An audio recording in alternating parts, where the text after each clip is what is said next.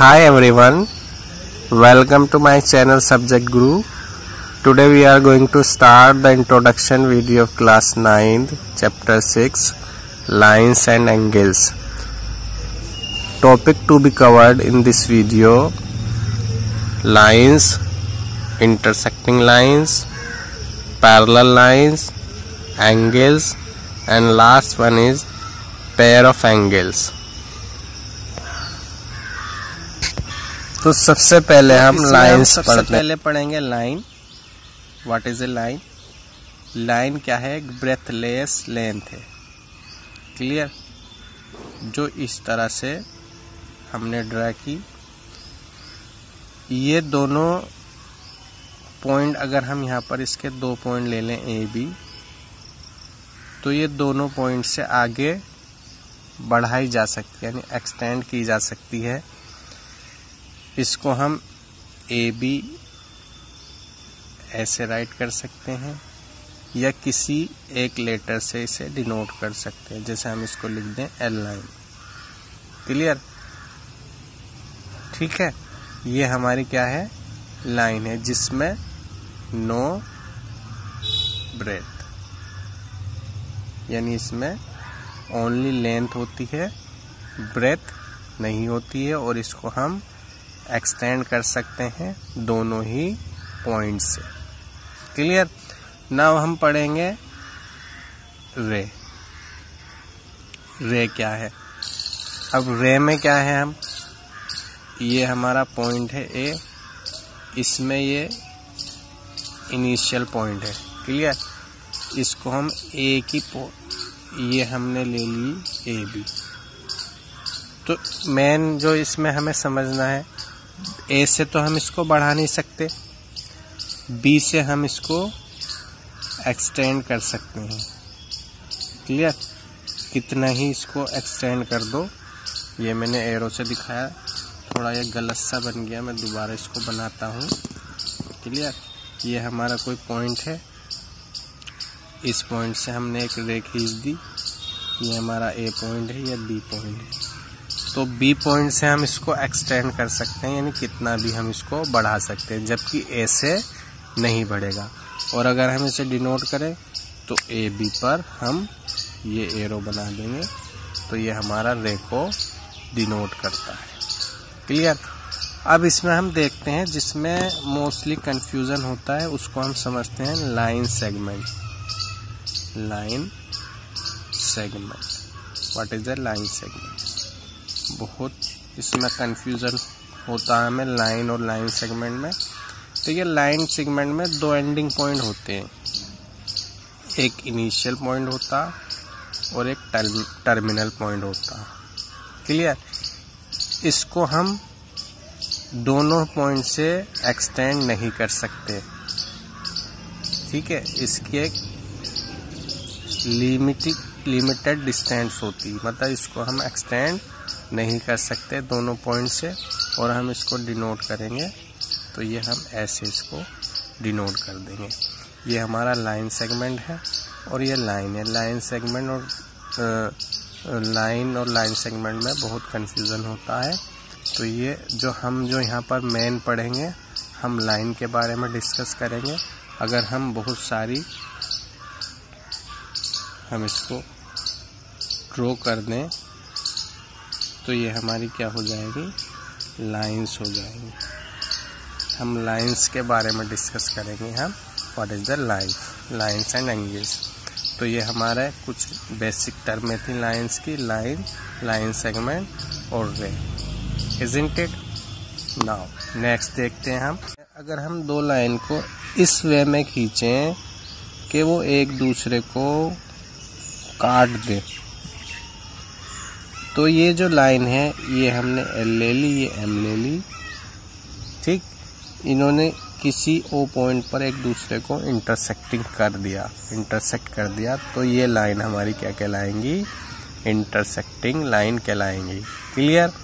Next है हमारा parallel lines. Parallel lines में अगर एक लाइन हम खींचते हैं और उसकी कुछ डिस्टेंस पर, सपोज करो 1 सेंटीमीटर की डिस्टेंस पर हमने एक दूसरी लाइन खींच दी उसी के सामने। तो ये दोनों लाइन एक दूसरे के क्या होंगी, पैरेलल लाइन होंगी।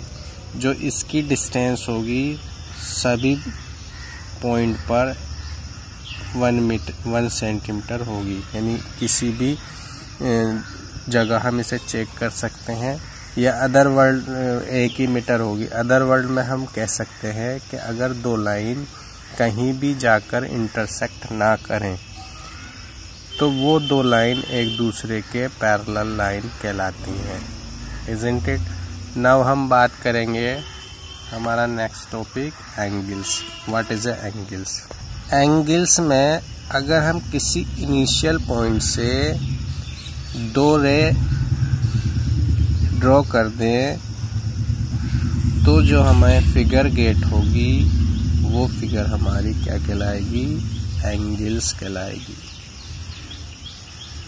ठीक है, यानी कि अगर हम किसी एक पॉइंट से दो रे को ड्रा कर दें, इस तरह से ड्रा करें कि एक दूसरे पे ना हो। अगर एक दूसरे पे भी होगी तो वो स्ट्रेट की क्वांटिटी में आ जाता है, स्ट्रेट एंगल्स बन जाता। खैर बहरहाल अगर किसी एक इनिशियल पॉइंट से हम दो रे को कर दे, मतलब जिनका एक ही इनिशियल पॉइंट हो, तो वो जो हमें फिगर गेट होगी उस फिगर को हम एंगल्स कह सकते हैं सिंपल वे में। Isn't it? अब हम इसके कुछ टाइप्स पढ़ेंगे एंगल्स के। सबसे पहला है हमारा एक्यूट एंगल।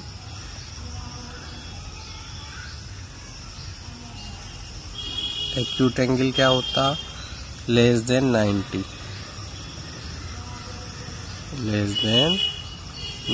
डिग्री। अगर कोई एंगल 90 डिग्री से कम है तो वो जो एंगल होगा उसको हम एक्यूट एंगल बोल देंगे। उसके बाद सेकंड है हमारा right angle.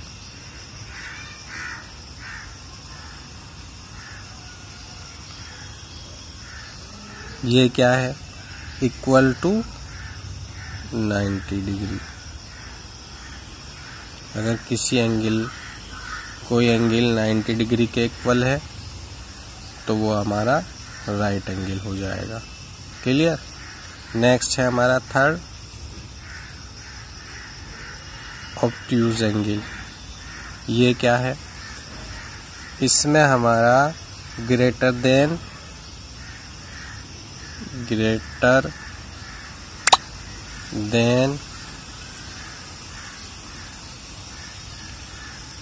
90 degree and less than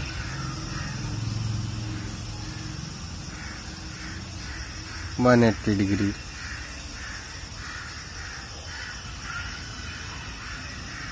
तो ऐसा एंगल हमारा ऑब्ट्यूज एंगल हो जाता है। यानी अगर हम इसे ड्रा करना चाहें तो हम इसको ऐसे ड्रा कर सकते हैं, मोर देन 90 डिग्री और लेस देन 180 डिग्री। ये हमारा ऑब्ट्यूज एंगल हो गया। अब आ जाएगा हमारा स्ट्रेट एंगल नंबर 4 पर। Straight angle. ये स्ट्रेट एंगल क्या है?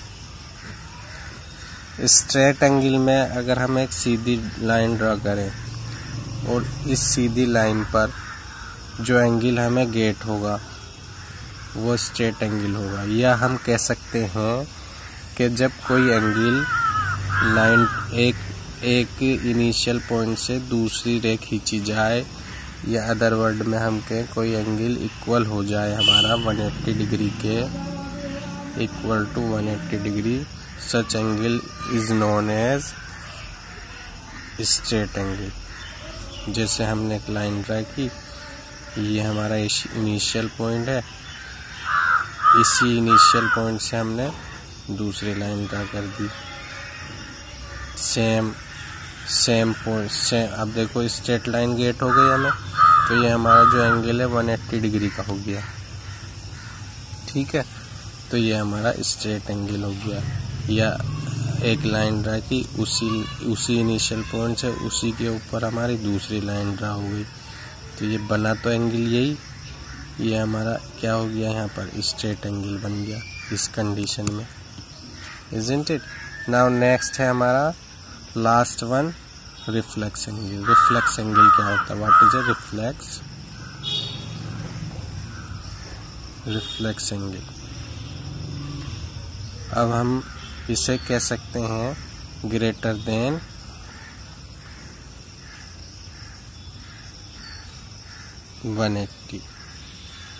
180 से ग्रेटर देन जो एंगल होगा वो क्या होगा हमारा, और लेस देन 360, लेस देन कितना हो गया 360 से लेस देन हो गया, ठीक है, 360 से लेस। अब जैसे हमने यहाँ एंगल ड्रा किया, इस पॉइंट से हमने दूसरी रे ड्रा कर दी, तो ये एंगल जो हमें गेट हुआ ये तो लेस देन 180 है ना, तो जो इससे हमारा बाहर को एंगल बनेगा, ठीक है, ये जो एंगल गेट हुआ हमें, ये एंगल क्या कहलाएगा हमारा, रिफ्लेक्स एंगल कहलाएगा, ठीक है। अगर इस एंगल का हमें रिफ्लेक्स निकालना है तो 180 में से हम माइनस कर देंगे, जो भी मान लो ये सपोज करो थीटा है, थीटा को 180 में से हमने माइनस कर दिया, तो हमारा क्या क्या मिल जाएगा हमें, रिफ्लेक्स एंगल। नहीं, 180 में से माइनस क्यों करेंगे, 360 में से करेंगे माइनस, क्योंकि 360 से तो लेस देन है, 360 में से तो लेस देन होगा, 360 से तो लेस है। और हमारा ये बाहर को बनेगा एंगल, ठीक है, क्योंकि ये तो 180 से ग्रेटर देन नहीं हो सकता ना इनिशियल एंगल। और दूसरा एग्जाम्पल से समझ सकते हैं हम, ये हमारा राइट एंगल हो गया 90 डिग्री का, ठीक है, परपेंडिकुलर है ये लाइन इस लाइन पर परपेंडिकुलर है, तो 90 डिग्री का हो गया। अब ये तो 180 से लेस देन है, तो हमें रिफ्लेक्स एंगल कहाँ मिलेगा, बाहर मिलेगा, ये एंगल हमारा रिफ्लेक्स एंगल है। लास्ट वन हम ले रहे हैं कंप्लीट एंगल। कंप्लीट एंगल क्या होता है हमारा, इक्वल टू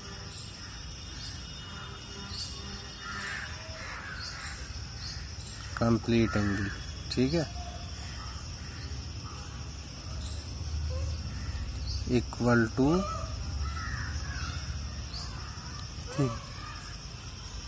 360 के इक्वल जो एंगल होगा वो हमारा कंप्लीट एंगल, 360 जो होगा हमारा कंप्लीट एंगल होगा। नाउ बात करेंगे हम, हमारा लास्ट टॉपिक है इस वीडियो का, पेयर ऑफ एंगल्स। एंगल्स के पेयर्स क्या होते हैं, बहुत इंपॉर्टेंट है, क्योंकि एक्सरसाइज में हम इसका बहुत ज़्यादा यूज़ करेंगे। सबसे पहला हमारा आता कॉम्प्लीमेंट्री एंगल।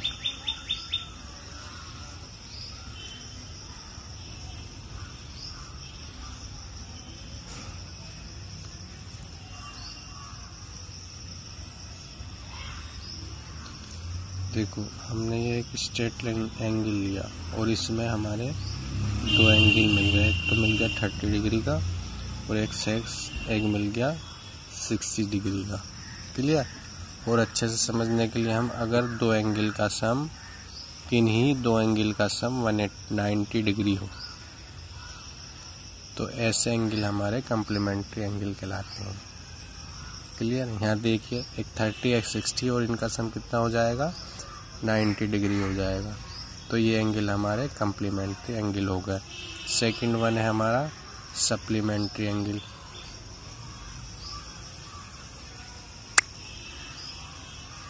सप्लीमेंट्री एंगल क्या होता है,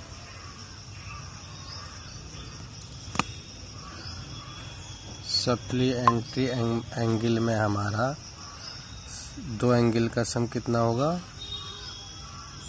सप्लीमेंट्री एंगल्स में जब किन्हीं दो एंगल का सम 180 हो जाए तो ऐसे एंगल हमारे क्या कहलाएंगे, सप्लीमेंट्री एंगल कहला देंगे। ए प्लस बी एंगल का सम अगर 180 हो जाए तो वो हमारे सप्लीमेंट्री एंगल कहलाएंगे। इन्हीं दो एंगल का सम 180 हो जाए। और लास्ट है हमारा, लास्ट क्या, अभी तो बहुत सारे इसके वो पढ़ेंगे हम। दो पैरेलल लाइन में एक ट्रांसवर्सल लाइन खींचकर ड्रॉ कर हम इसके पेयर बनाएंगे एडजेसेंट एंगल। एडजेसेंट एंगल में क्या है हमारा, एडजेसेंट एंगल्स में हम अगर एक एंगल ड्रा करें, हम दो उसमें पार्ट में डिवाइड कर दें, यानी एक ही उनकी लाइन क्या हो, कॉमन लाइन हो, वीकेंड से एक इनिशियल पॉइंट से, यानी अदर वर्ड वीकेंड से जो पड़ोसी एंगल होते हैं ना, वो हमारे एडजेसेंट, ए और बी एडजेसेंट एंगल है। ठीक है, यानी जिनमें जब दो एंगल की कॉमन लाइन एक हो, या कह सकते हो जो एंगल पड़ोसी हो, वो एंगल हमारे क्या कहलाएंगे, adjacent angle. Now we will discuss linear pair of angles. बहुत ही इम्पोर्टेंट है, इसका हम एक्सरसाइज में ज़्यादातर यूज़ करेंगे, तो इसे अच्छे से समझते हैं। अब इसमें हमने क्या किया, एक स्ट्रेट लाइन खींच दी, एक स्ट्रेट लाइन ड्रा कर दी, और स्ट्रेट लाइन पर हमने थोड़ी तिरछी करते हुए एक लाइन ड्रा कर दी, यानी इस पर एक लाइन स्टैंड कर दी। जब हमने इस पर एक लाइन स्टैंड की तो हमें दो एंगल गेट होगा, एक तो एंगल मिल गया हमें ए और दूसरा एंगल मिल गया बी।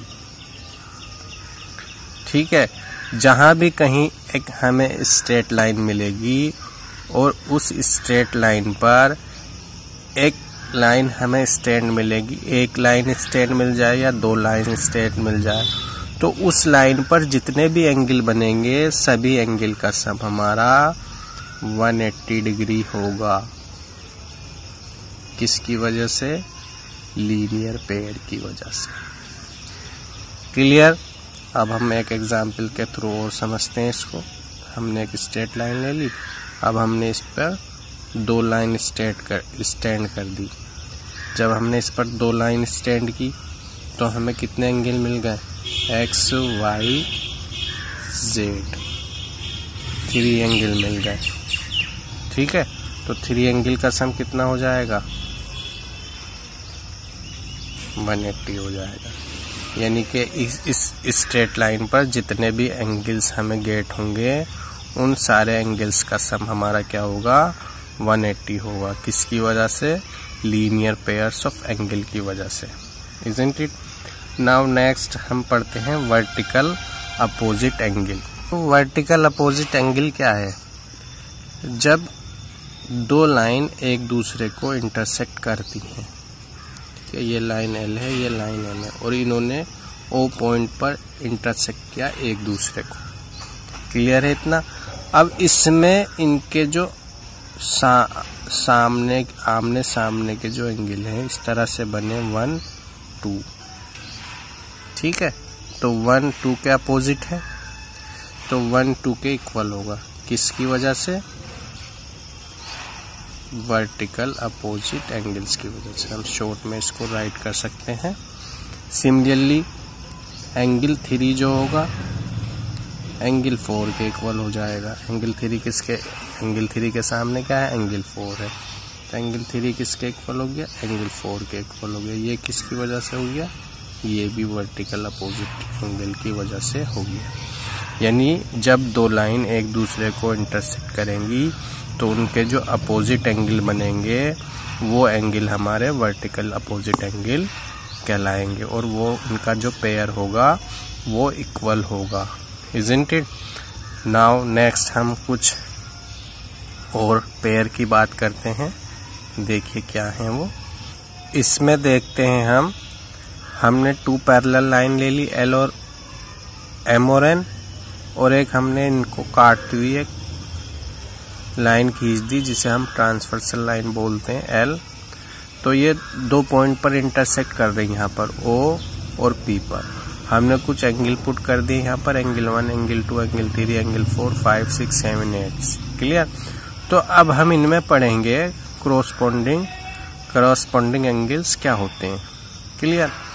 देखिए यहाँ पर हम कह सकते हैं एंगल 1 एंगल 5 के करस्पॉन्डिंग है, एंगल 2 एंगल 6 के करस्पॉन्डिंग है, सिमिलरली एंगल 3 एंगल 7 के करस्पॉन्डिंग है और एंगल 4 एंगल 8 के करस्पॉन्डिंग है। अब ये करस्पॉन्डिंग एंगल्स क्या है, लाइंस के जो ऊपर जब दो लाइन पैरेलल्स हो जाती हैं और लाइंस के जो ऊपर एंगल बनते हैं वो एंगल क्या कहलाते हैं, करस्पॉन्डिंग एंगल कहलाते हैं। या देखो यहाँ पर लाइन, यहाँ भी लाइन, ये अगर नीचे से हम बात करें तो यहाँ भी जो 3 और 7 जो है लाइंस के ऊपर बने हुए एंगल ये, या अदर वर्ड में हम कह सकते हैं एल शेप में जो एंगल बनते हैं जब दो लाइन पैरेलल हो जाती है, एल शेप में जो एंगल बनते हैं वो एंगल करस्पॉन्डिंग हो जाते हैं और वो इक्वल होते हैं। यानी एंगल 1 किसके इक्वल होगा, एंगल 5 के। सिमिलरली एंगल 2 किसके इक्वल होगा, एंगल 2 किसके इक्वल होगा, एंगल 6 के इक्वल होगा। ऐसे ही यहाँ पर एंगल 3 किसके इक्वल होगा, एंगल 7 के इक्वल होगा और एंगल 4 किसके इक्वल होगा, एंगल 8 के इक्वल होगा। तो ये हमारा पेयर बन गया करस्पॉन्डिंग एंगल्स का। वर्टिकल अपोजिट एंगल मैं पहले भी आपको बता चुका हूँ, अब दोबारा से बताऊंगा। यहाँ पर 1-4 के वर्टिकल अपोजिट है और 3-2 के वर्टिकल अपोजिट है, यानी ये भी इक्वल होंगे क्योंकि यहाँ पर इंटरसेक्ट कर रहा है ना, ये एल किसे इंटरसेक्ट कर रहा, एम को इंटरसेक्ट कर रहा, तो 1-4 के इक्वल, 3-2 के इक्वल। क्लियर है। नाउ नेक्स्ट हम पढ़ेंगे यहाँ पर अल्टरनेट इंटीरियर एंगल। अल्टरनेट इंटीरियल्स में ये हमारा 3-6 के, यानी जब दो लाइन एक दूसरे के पैरेलल हो और जो एंगल हमें इस लाइन पर जो एंगल गेट होते हैं इसके थ्रू एल और एम और एन के थ्रू, यानी 3 जो होगा 3-6 का अल्टरनेट इंटीरियर कहलाएगा। सिमिलरली 4-5 का अल्टरनेट इंटीरियर कहलाएगा और ये इक्वल होंगे। क्लियर है। यानी एक पैरेलल लाइन से ट्रांसवर्सल लाइन पर जो दोनों साइड एंगल बनते हैं वो एंगल हमारे, देखो ये एंगल इस एंगल का 3-6 का है और 5-4 का है। क्लियर। ये अल्टरनेट इंटीरियर एंगल कहलाएंगे और ये क्या होंगे, इक्वल होंगे। नेक्स्ट है हमारा अल्टरनेट एक्सटीरियर एंगल। अल्टरनेट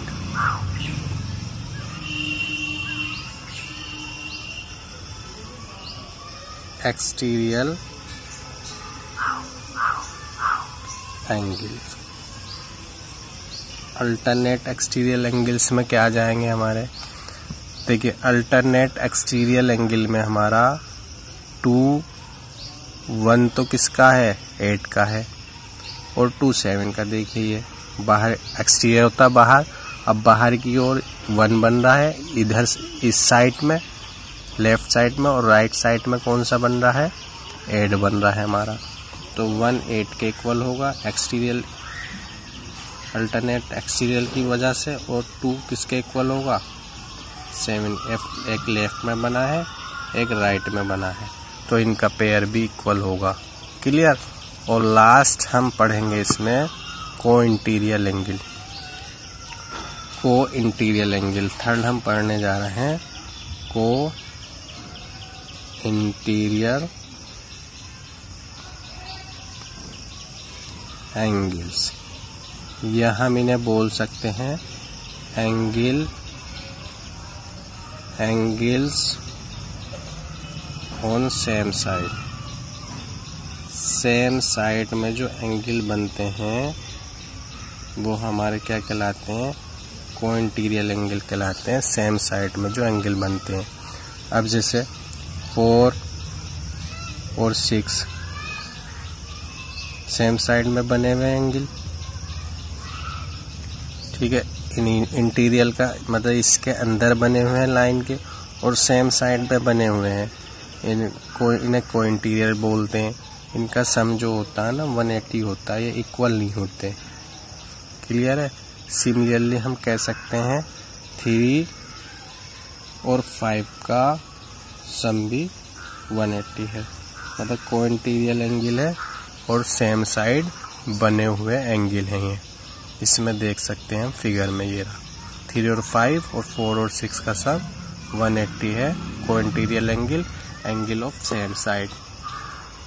तो ये जो इंट्रोडक्शन वीडियो है ये इसलिए भी इम्पोर्टेंट हो जाती है क्योंकि अगर हमें एंगल्स का ही नहीं क्लियर होगा कि कौन से अल्टरनेट है, कौन सा एंगल क्रॉसपोंडिंग है, कौन से एंगल हमारे वर्टिकल अपोजिट हैं, तो हम क्वेश्चन को नहीं कर सकते एक्सरसाइज में। ज्योमेट्री की यही खासियत है कि इसमें हमें पॉइंट टू पॉइंट चीज़ें क्लियर हों। ठीक है, और अच्छे से क्लियर होंगी कि क्लियर जो होंगी हमें जब हम थ्योरम करेंगे। तो थ्योरम में हम क्या करेंगे, इन्हीं सभी चीज़ों को हम प्रूफ करके देखेंगे। ठीक है, तो कोई भी एक्सरसाइज करने से पहले उसकी इंट्रोडक्शन का हमें अच्छे से ज्ञान, अच्छे से नॉलेज होनी ज़रूरी है, तभी हमारी एक्सरसाइज समझ में आएगी, अदरवाइज एक्सरसाइज समझ में नहीं आएगी। Thanks for watching this video, और चैनल को सब्सक्राइब एंड लाइक करना ना भूलें ताकि आपको मेरी वीडियो के सारे नोटिफिकेशन मिलते रहें। Thanks for watching this video.